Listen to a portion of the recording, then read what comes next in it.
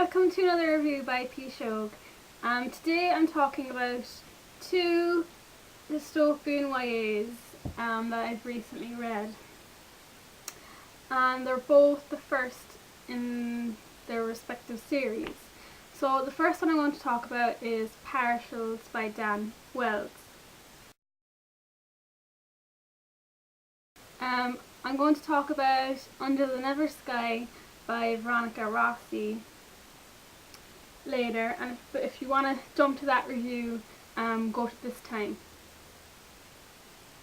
Okay, so Partials by Dan Wells. So it was a random find, but a brilliant find. I'm so glad I did find it. Yeah, it is a dystopian, more of a post-apocalyptic dystopian, which I kind of prefer. And it's been 11 years since this war broke out, and the war was between humans and the Partials. And the Partials are kind of like human looking cyborgs, so they're kind of like robots in a way. They look human, and you know, they were made. But yeah, so when they were made, this virus was released into the atmosphere, and it killed 99.9% of the human population. So there's only like 40,000 humans left in the whole world, I think, and they're just trying to live in this kind of hard world, and it's all kind of set around New York, in this futuristic, kind of desolate New York, and so it's 11 years now since that war, and no one has seen Partials since then. But because of this virus that got into the air, no new babies are surviving. So every time someone gives birth, the average lifespan of that child is 56 hours, and they've been looking for a cure to the virus for years and years. They have this Hope Act, which means every person 18 years old and over has to have a baby over and over and over, because they're hoping the more children that are born, the more likely that they'll find a cure, or they'll find a child who's immune or something. So everyone is in like somewhere in denial, and it's kind of chaotic, because they know if they don't find a cure, eventually the human population is going to die out. So that was the initial premise and background of the story, and I found that really exciting, and I was just really excited about this book. While I was reading it, I couldn't wait to find out what was going to happen at the very end. The main character is Kyra, K-I-R-A, and she is 16, and she's a medical intern. So she works in a maternity ward, and she loves researching, and she's really determined to find a cure for the virus. And she feels that the best way to study the virus would be to study one of the Partials, because they're all immune to it.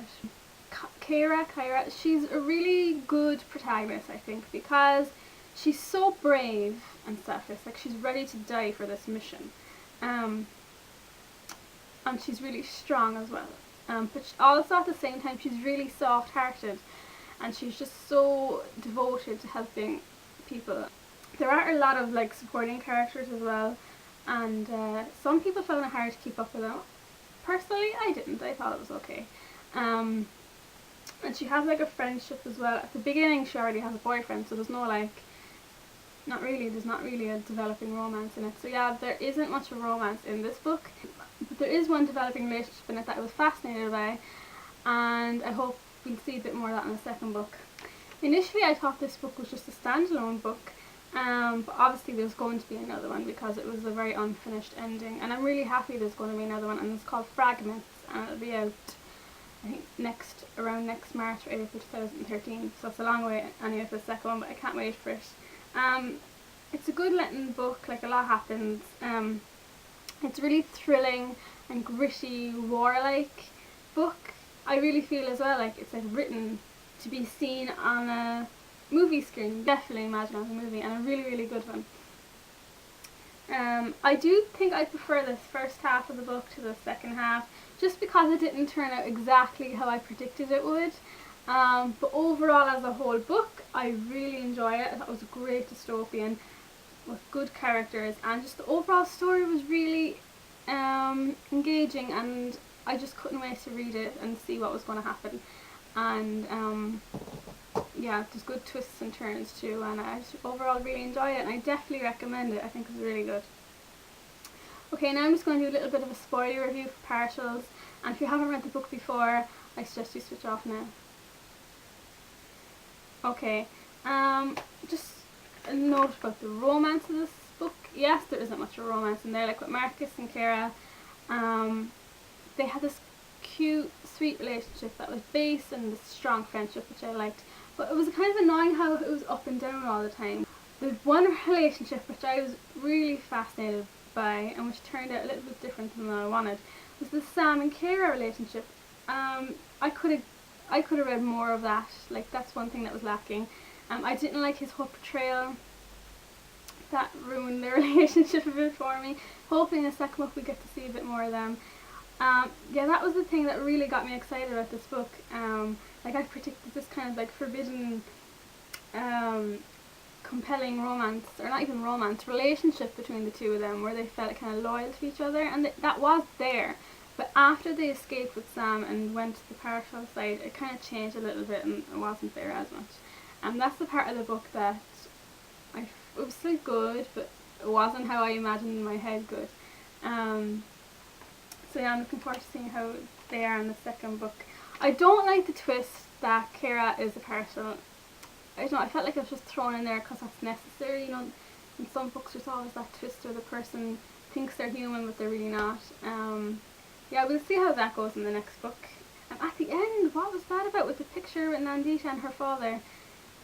Is that her mother, or is she like one of the lab workers who made her? I don't know, that's the big question for the next book. Yeah, it's just really interesting. A lot of these dystopian books now have problems with, the biggest problem is the whole reproduction and repopulating the earth thing, because there's lots of stories. It reminds me like of Bumped, of Glow, those types of books. But yeah, definitely recommended Partials. I'd love to know what you think about it. Okay, the second book I'm talking about today is Under the Never Sky by Veronica Rossi. And this is also the first book in a series. The second one, the details will pop up around somewhere, but when that's out, there's definitely a second one. So this book, before I even read it, and you know, I just read the description, I was instantly excited about it, and I thought the description was great. It's another dystopian one, more like an alternate world rather than post-apocalyptic. And yeah, so I was really excited about it. I love the premise. It's the one thing as well that turned me a little bit off, because a lot of books are doing this lately, is that it alternates narrator. So like one or two chapters are from Arya, the main girl, and then Perry, the main boy, and it's kind of back and forth. And I think it would have been better if it was all through Arya's eyes, personally, but it isn't. But I still enjoyed it. It's set, I think, yeah, it's the future, and there's these like ether storms, like lightning storms that are like destroying the world almost and killing people. But there's like two sides to the world. So there's like the people who live inside this very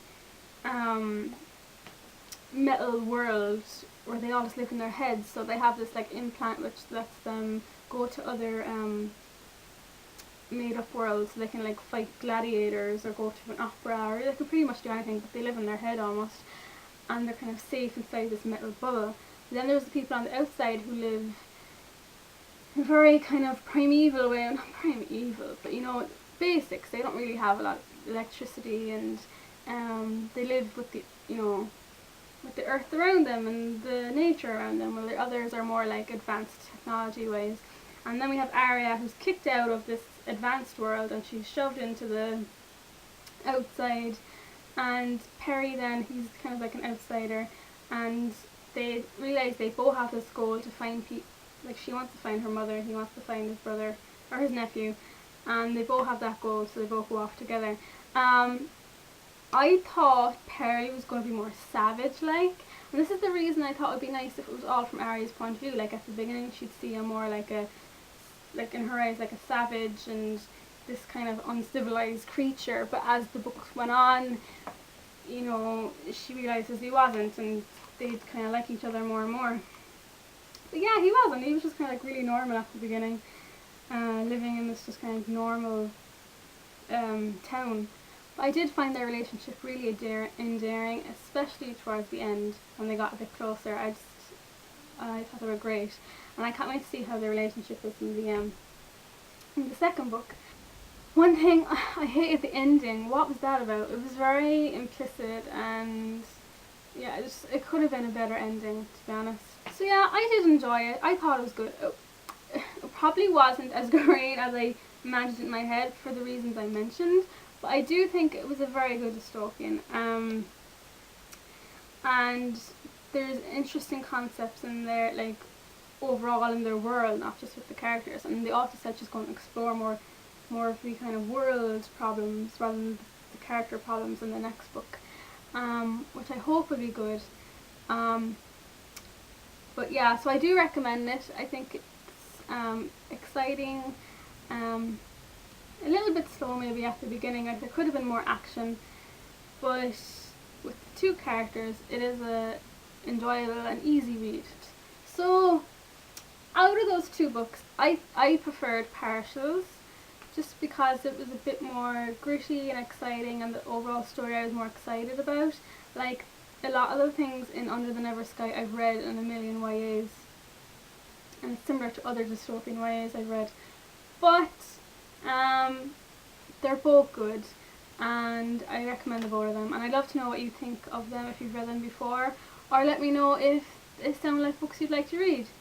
So yeah, that's my review for today, and thank you very much for watching, and tune in next time.